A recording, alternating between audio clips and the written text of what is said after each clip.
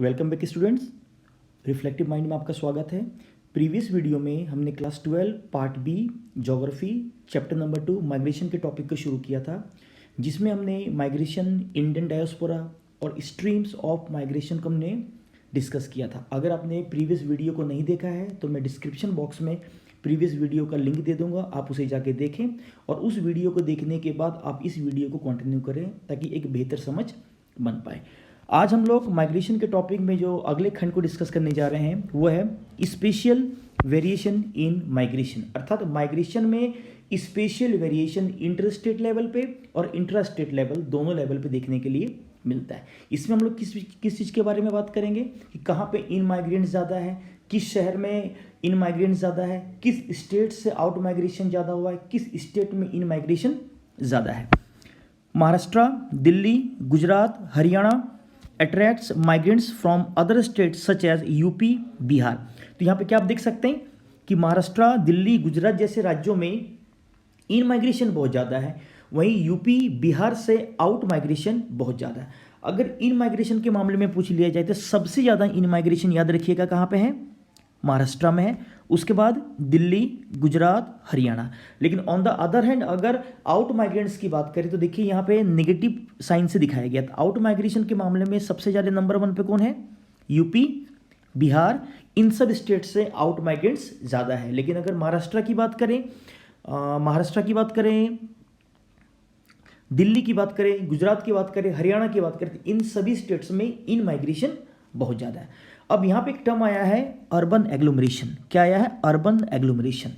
Urban agglomeration को हम लोग आगे डिटेल में करेंगे, लेकिन फिलहाल अर्बन एग्लोमरेशन का मतलब समझ लीजिए। अर्बन एग्लोमरेशन का मतलब होता है कि urban agglomeration is a highly developed spatial forms of integrated cities.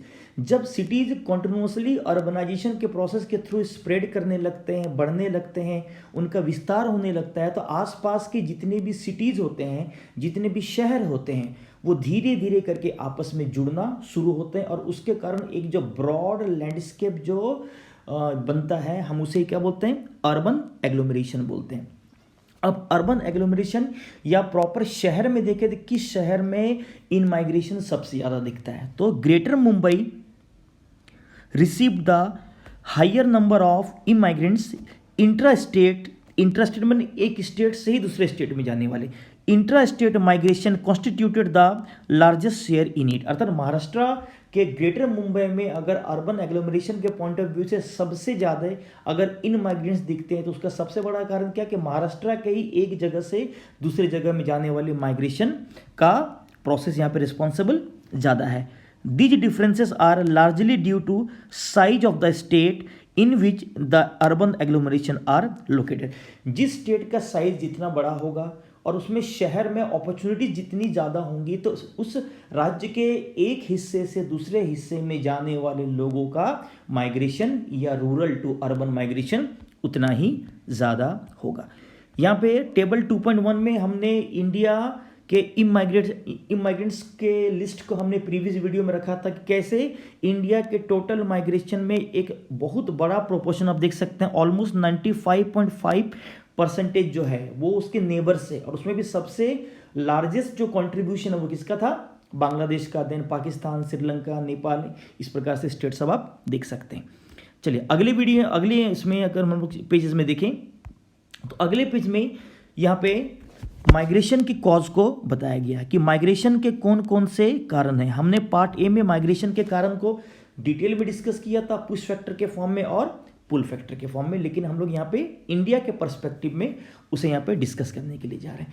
देखिए बहुत सारे लोग अलग अलग पर्पस से, अलग अलग उद्देश्यों से एक जगह से लेकर दूसरी जगह मूव करते रहते हैं, और माइग्रेशन का यहाँ पे मतलब भी क्या होता है कि movement of people and animals from one place to another place. लेकिन लोगों की इमोशंस भी अपने प्लेस ऑफ बर्थ से जुड़े हुए होते हैं, लेकिन इमोशन के बावजूद उन्हें वेरियस अपॉर्चुनिटीज़ को अवेल करने के लिए और बहुत सारी मजबूरियों के कारण भी, अब करेंगे पुश फैक्टर में, और बहुत सारी मजबूरियों और बहुत सारे अदर कॉजेस के कारण भी उन्हें एक जगह से दूसरी जगह क्या करना होता है, माइग्रेट करना होता है। अगर माइग्रेशन के कारण को देखें तो माइग्रेशन के कारण को हम दो ब्रॉड कैटेगरी में कैटेगराइज करके देखते हैं। एक को बोलते हैं पुश फैक्टर और एक को बोलते हैं पुल फैक्टर। पुश फैक्टर का मतलब होता है कि माइग्रेशन का मतलब क्या है कि एक सोर्स होता है, एक डेस्टिनेशन होता है, और सोर्स से डेस्टिनेशन की ओर पीपल का और एनिमल का जो मूवमेंट होता है। तो पुश फैक्टर सोर्स स्टेशन में भी हो सकता है, पुश फैक्टर डेस्टिनेशन वाले में भी हो सकता है। डिपेंड करता है कि कहाँ से किधर की ओर या किधर से किधर की ओर मूवमेंट जनरली हो रहा है। पुश फैक्टर का मतलब होता है कि कोई भी ऐसा फैक्टर जो उस रीजन से हमें बाहर निकलने के लिए प्रोमोट करता है, like poverty, like unemployment, like adverse geographical climatological conditions, lack of basic facilities, turmoil, cyclonic activities या लैंडस्लाइड या एनी अदर नेचुरल डिजास्टर और कैलामिटी जिसके कारण उस जगह से या उस जगह की परिस्थितियाँ हमें वहाँ से खदेड़ती हैं, हमें वहाँ से पुश करती, हमें वहाँ से धक्का मार के बाहर निकलने के लिए क्या करती है, फोर्स करती है। हम उसे क्या बोलेंगे, push factor. But on the other hand अगर पुल फैक्टर की बात करें तो पुल फैक्टर हमेशा एक अट्रैक्टिंग फैक्टर होता है कि किसी जगह पे सुविधाएं हैं, अगर कहीं पे अनएम्प्लॉयमेंट है तो वो पुश फैक्टर है, लेकिन कहीं पे अपॉर्चुनिटीज़ ज़्यादा है एम्प्लॉयमेंट के लिए, हेल्थ फैसिलिटीज़ है, एजुकेशन फैसिलिटीज़ है, वहाँ पे पीस है, जोग्राफिकल कंडीशंस बेहतर हैं, क्लाइमेटिक कंडीशंस बेहतर है, वहाँ पे एंटरटेन के बहुत सारे मीडियम्स हैं, तो they all factors terms as pull factor. तो पुल फैक्टर का मतलब होता है कि जो अट्रैक्ट करता है, और पुश फैक्टर का मतलब क्या होता है, जो हमें वहाँ से फोर्स करता है, पुश करता है उस जगह से हम ज़्यादा बेहतर जगह पे जाएं माइग्रेट करके यहाँ पे। तो इन पैराग्राफ में उसी पुल फैक्टर और पुश फैक्टर के बारे में डिटेल में बात कही हुई है। चलिए आगे देखें, यहाँ पे आगे देखिए, देख सकते हैं on the other hand there are pull factors वगैरह जो डिस्कस किया हमने यहाँ पे लिखा हुआ है। आगे देखिए क्या दिया हुआ है कि हमने प्रीवियस वीडियो में एक डिस्कशन और भी किया था स्ट्रीम्स ऑफ माइग्रेशन में, कि माइग्रेशन में भी एक सेक्सुअल डिफरेंस दिखता है कि रूरल से रूरल में चाहे इंटर स्टेट लेवल पे हो, इंटर स्टेट लेवल पे हो, तो वहाँ पे भी मेल डोमिनेटिंग है या फीमेल डोमिनेटिंग है। अर्थात माइग्रेशन में भी मेल और फीमेल का हमें एक अलग अलग पैटर्न दिखता है कि कहीं पे मेल डोमिनेशन है, कहीं पे फीमेल डोमिनेशन है। आगे देखिए क्या लिखा हुआ है, migration of males and females are different. For example, work and employment have remained the main cause for male migration 38%. हमने क्या बताया था कि रूरल से अर्बन की ओर होने वाले माइग्रेशन में मेल डोमिनेंस ज़्यादा दिखता है इंटर स्टेट में। क्यों? क्योंकि वो एम्प्लॉयमेंट या वर्क ओरिएंटेड ज़्यादा होता है। लेकिन रूरल से रूरल में चाहे इंटर स्टेट हो चाहे इंट्रा स्टेट हो, वहाँ पे फीमेल डोमिनेंस ज़्यादा है, क्योंकि वो जो माइग्रेशन है वो वेडिंग ओरिएंटेड है, वो मैरिज ओरिएंटेड ज़्यादा है यहाँ पे। तो रूरल से अर्बन एरिया की ओर जो मेल माइग्रेशन है फॉर वर्क अपॉर्चुनिटीज़ या एम्प्लॉयमेंट पर्पस के कारण होता है, उसका परसेंटेज 38% है, while it is only 3% for female. अर्थात फीमेल भी अपॉर्चुनिटीज़ को अवेल करने के लिए रूरल से अर्बन एरिया की ओर जाती है, लेकिन उनका परसेंटेज ओनली 3% है। बट मेल को देखें तो वो 38% दिखता है। लेकिन 65% जो वीमेन हैं या फीमेल हैं, उनका जो रूरल से रूरल की ओर जो माइग्रेशन दिखता है वो स्पेशली मैरिज पर्पस से है। लेकिन इस मैरिज पर्पस में एक बहुत बड़ा एक्सेप्शन हमारे नॉर्थ ईस्ट के मेघालय का है। क्यों? क्योंकि मेघालय में एक ट्राइब पाई जाती है जिसका नाम है खासी, या और भी कुछ ट्राइब्स होंगे मेरे ख्याल से। तो खासी ट्राइब्स में एक मैटरनल नेचर पाया जाता है, या फिर उसमें जो मेटेरियलिस्टिक सोसाइटी, वह पेट्रियास्टिक सोसाइटी नहीं है। वहाँ पे क्या होता है कि वहाँ पे लड़कों को शादी करके, है ना, वहाँ पे अपने वाइफ के घर में रहना पड़ता है। वाइफ अपने हस्बैंड के घर नहीं जाती है, वहाँ पे हस्बैंड को अपने वाइफ के घर में रहना पड़ता है। तो वहाँ पे या मेघालय में इस आप बोल सकते हैं इस रिचुअल का या इस ट्रेडिशन का आपको वहाँ पे एक अपवाद दिख सकता है यहाँ पे। चलिए आगे के हेडिंग में है कॉन्सिक्वेंसेस ऑफ माइग्रेशन। अभी हमने क्या किया, माइग्रेशन में इंडियन डायस्पोरा को प्रीवियस वीडियो में किया, स्ट्रीम्स ऑफ माइग्रेशन को किया। हमने इस वीडियो में क्या किया कि माइग्रेशन का कैसे एक special variation inter state level पे, स्टेट के भी अलग अलग पॉइंट्स में, शहर में या मेट्रोपॉलिटन में दिखता है या आउट माइग्रेशन के एरिया में दिखता है। अब इस माइग्रेशन के कॉन्सिक्वेंसेस क्या, अर्थात क्या इस माइग्रेशन का क्या रिजल्ट देखा जाता है सोर्स स्टेशन में और डेस्टिनेशन वाले स्टेशन में। माइग्रेशन का मतलब होता है पॉपुलेशन को रिडिस्ट्रीब्यूट करना।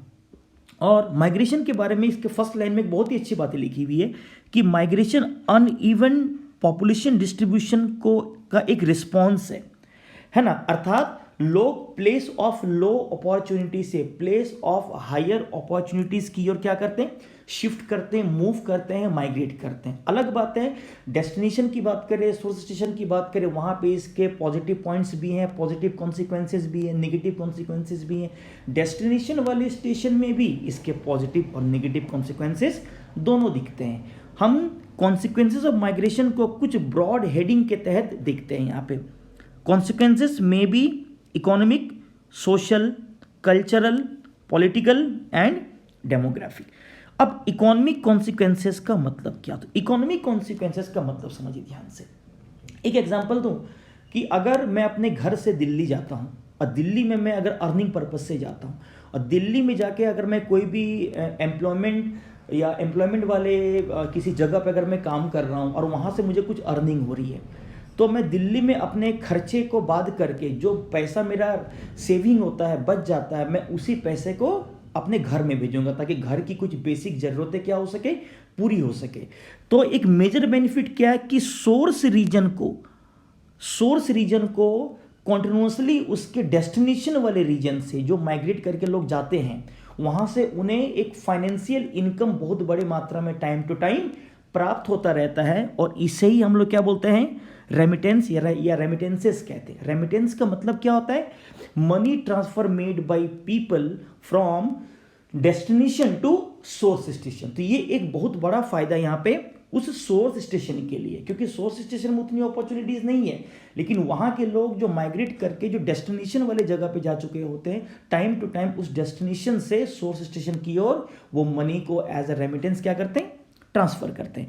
और इसमें भी इंटरनल और इसमें भी इंटरनेशनल शेयरिंग दोनों देखा जाता है। अगर कुछ स्टेट्स को देखें लाइक पंजाब, केरला, तमिलनाडु, ये ऐसे स्टेट्स हैं जो बहुत बड़े मात्रा में, है ना, इंटरनेशनल कंट्रीज से भी क्या करते हैं, वो रेमिटेंसेस को प्राप्त करते हैं। क्यों? क्योंकि पंजाब, हरियाणा, केरला, यूपी के वेस्टर्न वाले भाग से बहुत सारे लोग इंटरनेशनल कंट्रीज में भी हैं या अब्रॉड में भी हैं, और वहाँ से भी वो अपने सोर्स स्टेशन को टाइम टू टाइम बहुत ह्यूज अमाउंट में रेमिटेंस को भेजते रहते हैं। और जो उस सोर्स स्टेशन में होने वाले बहुत प्रकार के डेवलपमेंटल वर्क को इस रेमिटेंस के कारण क्या करता है, ट्रिगर करता है। लेकिन यहाँ पे इंटरनल माइग्रेंट्स भी बहुत ह्यूज अमाउंट में क्या करते हैं, आप देख सकते हैं, रेमिटेंस को ट्रांसफर करते हैं। लेकिन as compare to international migrants, internal migrants के द्वारा ट्रांसफर किए गए मनी का अमाउंट क्या होता है, कम होता है।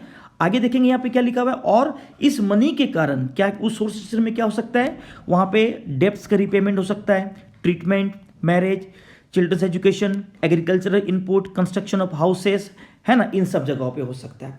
अगर आप बिहार, यूपी, उड़ीसा, आंध्र प्रदेश, हिमाचल प्रदेश देखें तो यहाँ से बहुत बड़े संख्या में जो लेबर्स होते हैं वो पंजाब, हरियाणा, वेस्टर्न यूपी के एग्रीकल्चरल फील्ड में जाके काम करते हैं, क्योंकि वहाँ पे 60s की डिकेड में ग्रीन रेवोल्यूशन के होने के कारण बहुत बड़े पैमाने पे वहाँ पे एग्रीकल्चरल वर्क एक्सपेंड किया, और वहाँ पे इन स्टेट से जाने वाले लेबर जाके काम करते हैं और वहीं से अपने सोर्स स्टेशन को बहुत बड़े मात्रा में मनी एज अ रेमिटेंस क्या करते हैं, ट्रांसफर करते हैं यहाँ पे।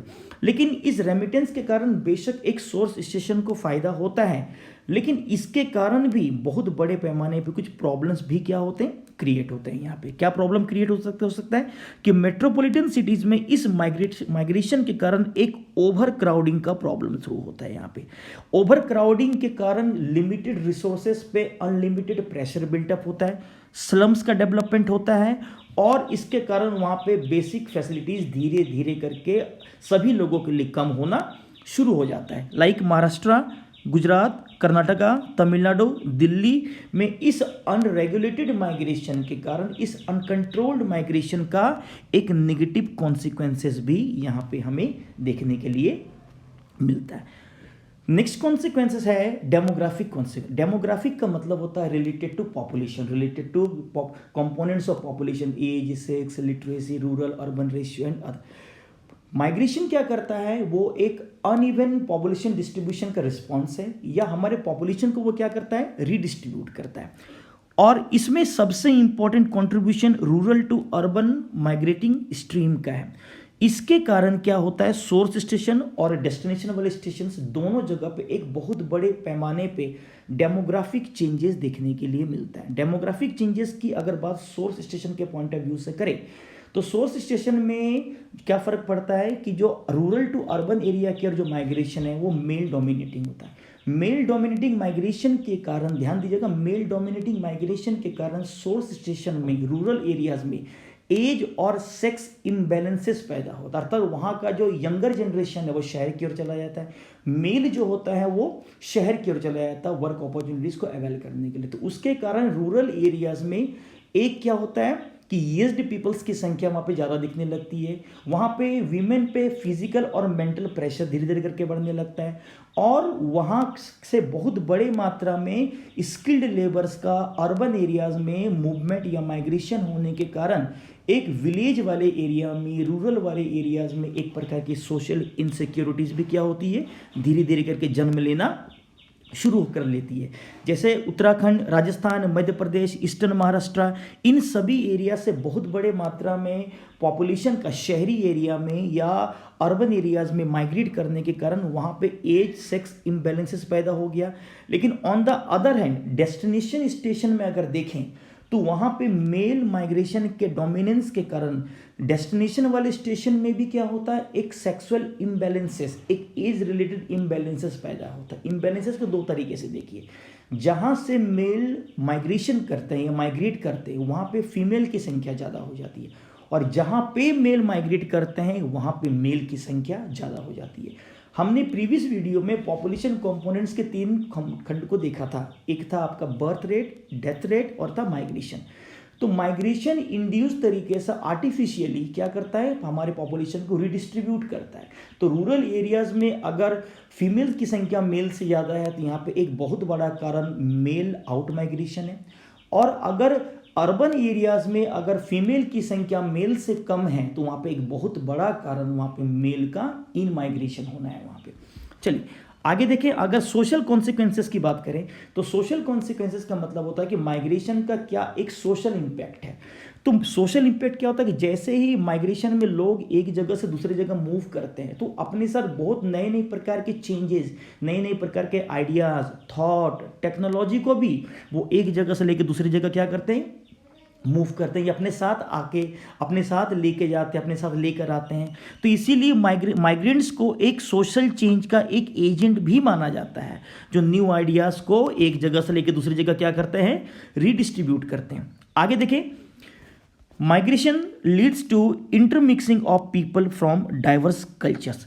शहरी एरिया में या जिस भी एरिया में माइग्रेशन होता है वहाँ पे अलग अलग कल्चर के लोगों के बीच में एक प्रकार की इंटरमिक्सिंग होती है और एक कंपोजिट कल्चर डेवलप होता है। इस कंपोजिट कल्चर के कारण हमारी अलग अलग कल्चर के बारे में एक अंडरस्टैंडिंग बनती है, और जितने भी कल्चरल जो ऑर्थोडॉक्स हैं, जितने भी कल्चरल जो मिसकंसेप्शंस हैं वो धीरे धीरे करके कम होना शुरू होता है, और कम्युनल हार्मोनी बढ़ती है, अलग अलग लोगों के बीच में हमारी समझ बढ़ती है। ये इसके पॉजिटिव कॉन्सिक्वेंसेस हैं। लेकिन नेगेटिव कॉन्सिक्वेंसेस भी इसके दिखते हैं। नेगेटिव कॉन्सिक्वेंसेस क्या, कि एक प्रकार का सैडनेस, एक प्रकार का साइलेंटनेस डेवलप होता है, एक प्रकार का सोशल वैक्यूम होता है कि जहाँ से लोग माइग्रेट कर जाते हैं या जहाँ पे अकेलापन होता है लोगों के बीच में, वहाँ पे एक सोशल वैक्यूम भी डेवलप होता है, और उस सोशल वैक्यूम के कारण बहुत प्रकार के एसोशल या asocial practices like crime, like drug abuse, like rape, like other social ये सोशल प्रैक्टिसेस भी शहरी एरिया में बहुत बड़ी मात्रा में देखने के लिए मिलती है।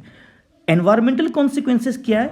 एनवायरमेंटल कॉन्सिक्वेंसेस का मतलब होता है कि अर्बन एरिया में रूरल एरिया से अगर माइग्रेशन हो रहा है तो अर्बन एरिया के जो लिमिटेड फैसिलिटीज़ है उस पर है ना, अनकंट्रोल्ड अनरेगुलेटेड रूरल से अर्बन माइग्रेशन के कारण प्रेशर धीरे धीरे करके बढ़ता जाता है, और प्रेशर बढ़ने के कारण एक अनप्लैन्ड सिटी ग्रोथ को वहाँ पे प्रमोशन मिलता है, और उसके कारण आप बोल सकते हैं लैक ऑफ फैसिलिटीज़ डेवलप होती है, स्लम्स डेवलप होता है, और धीरे धीरे करके वो शहरी area over crowding urban areas में कन्वर्ट होना शुरू हो जाता है वहाँ पे, और उसके कारण कई नेचुरल रिसोर्सेस भी धीरे धीरे करके डिग्रेड होना, डिप्लीट होना, लाइक वाटर पॉल्यूशन का होना, एयर पॉल्यूशन का होना। हाल फिलहाल के दिनों में अपने दिल्ली में एयर पॉल्यूशन के बारे में पढ़ा था, है ना, वहाँ पे सीवेज का डिस्पोजल होना वहाँ पे, है ना, वहाँ पे प्रॉपर एक बोल सकते हैं कि अर्बन मैनेजमेंट का वहाँ पे निगेटिवली अफेक्ट होना, ये एनवायरमेंटल कॉन्सिक्वेंसेस वहाँ पे आप देख सकते हैं। इसके अलावा माइग्रेशन के अदर्स में देखें, अगर यहाँ पे देख सकते हैं कि रूरल एरियाज में मेल सेलेक्टिव आउट माइग्रेशन के कारण, मैंने जो बताया थोड़ी देर पहले कि वहाँ पे उनके वाइफ के ऊपर में फिजिकल और एक मेंटल प्रेशर डेवलप होना शुरू हो जाता है वहाँ पे। Migration of women either for education और employment enhances their autonomy and role in the economy but also increases their vulnerability. अभी हमने थोड़ी देर पहले क्या बताया कि रूरल से अर्बन एरिया की और male dominating migration for employment and various opportunities को अवेल करने के लिए दिखता है, लेकिन फीमेल माइग्रेशन भी रूरल एरिया से अर्बन एरिया की ओर अब दिख रहा है बढ़ता हुआ। फीमेल का कंट्रीब्यूशन भी इसमें दिख रहा है, उसके कारण उनमें अवेयरनेस आया है, वो एजुकेट हुई हैं, उनमें एक प्रकार की ऑटोनॉमी डेवलप हुई है। लेकिन इसके कारण शहरी एरिया में उन फीमेल पे एक प्रकार का खतरा, एक प्रकार का संकट या उनके सिक्योरिटी को लेकर भी कई प्रकार के सवाल धीरे धीरे करके खड़े हो गए। If remittances are the major benefits of migration from the point of view of the source region, the loss of human resources, particularly highly skilled people, is the most serious cost. हमने क्या बताया थोड़ी देर पहले कि source से destination की ओर, rural से urban area की ओर लोग माइग्रेट कर रहे हैं, और इसके एवज में इकोनॉमिक कॉन्सिक्वेंसेस में क्या डिस्कस किया कि डेस्टिनेशन से सोर्स स्टेशन की ओर वो टाइम टू टाइम रेमिटेंस भेजते हैं। देखिए रेमिटेंस भेजते हैं, लेकिन एक पैसा एक इंसान की कमी को पूरा नहीं कर सकता है। ठीक है, उस सोर्स वाले स्टेशन में एक प्रकार का फाइनेंशियल बेनिफिट हो रहा है, कई प्रकार का डेवलपमेंटल वर्क वहाँ पे ट्रिगर हो रहा है, लेकिन वहाँ पे जो एक सोशल वैक्यूम पैदा हो रहा है, एक बहुत बड़े मेल पॉपुलेशन के बाहर माइग्रेट करने के कारण, यंगर पॉपुलेशन के बाहर माइग्रेट करने के कारण, या वहाँ पे मेल पॉपुलेशन की संख्या के सेक्सुअली फीमेल की तुलना में कम होने के कारण, है ना, ये एक बहुत ह्यूज अमाउंट में आप इसे ह्यूमन का, आप इसे एक सोसाइटी का लॉस देख सकते हैं आप वहाँ पे। The market for advanced skills has become truly a global market, and the most dynamic industrial economies are admitting and recruiting significant proportions of the highly trained professionals from poor regions.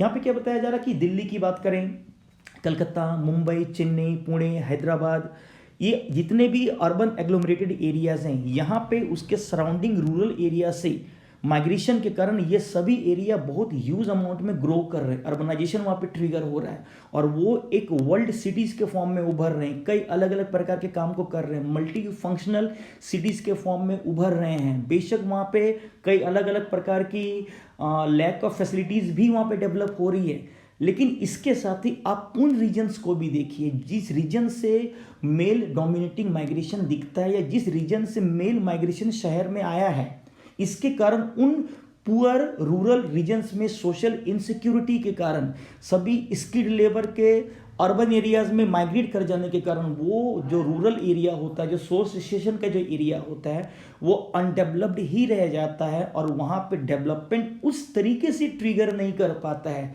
जिस तरीके से destination वाले urban areas में वो trigger कर रहा होता है। अब आप ऊपर में देखिएगा तो आपको दो यहाँ पे अब पाई चार्ट यहाँ पे बना हुआ है, और इस पाई चार्ट में मेल माइग्रेशन और फीमेल माइग्रेशन के बारे में दिया हुआ है। अगर आप मेल माइग्रेशन को देखें तो 38% जो कंट्रीब्यूशन है वो वर्क ओरिएंटेड है, और फीमेल माइग्रेशन में देखें तो 65% जो है वो क्या है, आप देख सकते हैं यहाँ पे वेडिंग या मैरिज ओरिएंटेड। यहाँ पे ये भी सवाल आपसे बहुत बार पूछा गया है, पहले भी और आगे भी पूछा जाएगा। ठीक है, कई बार ये इमेज एज इट इज वो स्कैन करके वहाँ पे दे देंगे, और दोनों को कंपेयर करके बोलेंगे कि कहाँ पे मेल माइग्रेशन ज़्यादा है, कहाँ पे फीमेल माइग्रेशन ज़्यादा है, मेल माइग्रेशन के पीछे रीजन क्या है, फीमेल माइग्रेशन के पीछे रीजन क्या है। तो यहाँ पे आप देख सकते हैं कि फीमेल माइग्रेशन के पीछे sole reason as a marriage वो ज़्यादा रिस्पॉन्सिबल है, ऑलमोस्ट 65% है, लेकिन मेल माइग्रेशन की रिगार्डिंग देखें तो 38% वर्क ओरिएंटेड है। अदर्स में देखें बिजनेस है, education, marriage, move after birth, जन्म के बाद ही अगर वो माइग्रेट कर गए हैं, और मूव्ड विद हाउस होल्ड या फिर अपने फैमिली के साथ क्या कर रहे हैं, वो मूव कर रहे हैं। तो इसमें सबसे बड़ा कंट्रीब्यूशन अगर आप देखें तो वर्क एम्प्लॉयमेंट के लिए, सेकंड में 25% में अगर आप देखें तो वो मूव विद हाउस होल्ड के लिए, थर्ड में देखें 16% में तो वो मूव आफ्टर बर्थ है, ये मेल के रिगार्डिंग है, ये मेल के रिगार्डिंग है। लेकिन अगर हम फीमेल वाला देखें तो इसमें वेडिंग या मैरिज पर्पस रिस्पॉन्सिबल यहाँ पे ज़्यादा है। सेकंड नंबर पे देखें तो 19% के साथ मूव्ड विथ हाउस होल्ड, अपनी फैमिली के साथ मूव करना है वहाँ पे। थर्ड में अगर आप देखें यहाँ पे तो ऑलमोस्ट 5% के आसपास दिखता है, ये मूव आफ्टर बर्थ के साथ है यहाँ पे। ठीक है, तो इस डिस्कशन से हमने माइग्रेशन के part 2 from class 12 geography part B India people and economy में हमने माइग्रेशन के किस किस खंड को डिस्कस किया, स्पेशल वेरिएशन को डिस्कस किया, कॉजेज क्या है माइग्रेशन का और उसके क्या कॉन्सिक्वेंसेस, इकोनॉमिक क्या consequences, social, cultural, demographic, environmental और अदर कॉन्सिक्वेंसेस। और इसी के साथ ही हमारे पार्ट बी चैप्टर 2 माइग्रेशन का टॉपिक यहाँ पे ख़त्म होता है। आप इस वीडियो को इसके प्रीवियस वीडियो के साथ अच्छे से देखें और कोई भी डाउट, कोई भी कंफ्यूजन, कोई भी क्वेश्चन आता है तो आप कमेंट बॉक्स में जाके अपने सवाल को रखें, हम वहाँ पे सभी सवाल का जवाब देने की पूरी कोशिश करेंगे। आई होप इस डिस्कशन के माध्यम से माइग्रेशन के बारे में आपकी एक समझ बन पाई होगी या आपकी एक समझ बनी होगी। Thank you so much all.